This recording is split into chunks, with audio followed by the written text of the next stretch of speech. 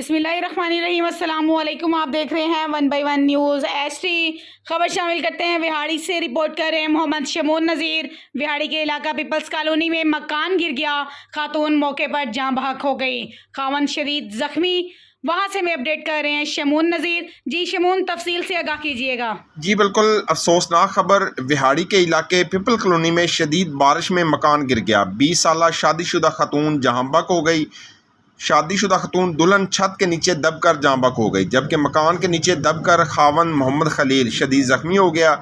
अहले इलाका का कहना है कि मकान गिरने की इतला के बावजूद रेस्क्यू समेत कोई इंतज़ामी एहलकार मौके पर नहीं पहुंचा। मोहम्मद खलील नामी नौजवान और उसकी बीवी मकान में सोए हुए थे कि तेज़ बारिश में मकान गिर गया। जाँ बहक होने वाली 20 साला लड़की की 3 माह कबल शादी हुई थी। महकमा मौसमियात की तरफ से बारिशों की पेशगोई के बावजूद इंतज़ामिया की तरफ से कोई कंट्रोल रूम नहीं बनाया गया। अहले इलाका ने रेस्क्यू टीमों और इंतज़ामिया की बेहसी पर एहतजाज करते हुए जिम्मेदार हुकाम से नोटिस लेने का मुतालबा किया है। जी बहुत शुक्रिया शमून अपडेट करने के लिए। मज़ीद ऐसी खबरों से बाखबर रहने के लिए देखना ना भूलिए हम सबका चैनल 1 बाय 1 न्यूज़ HD।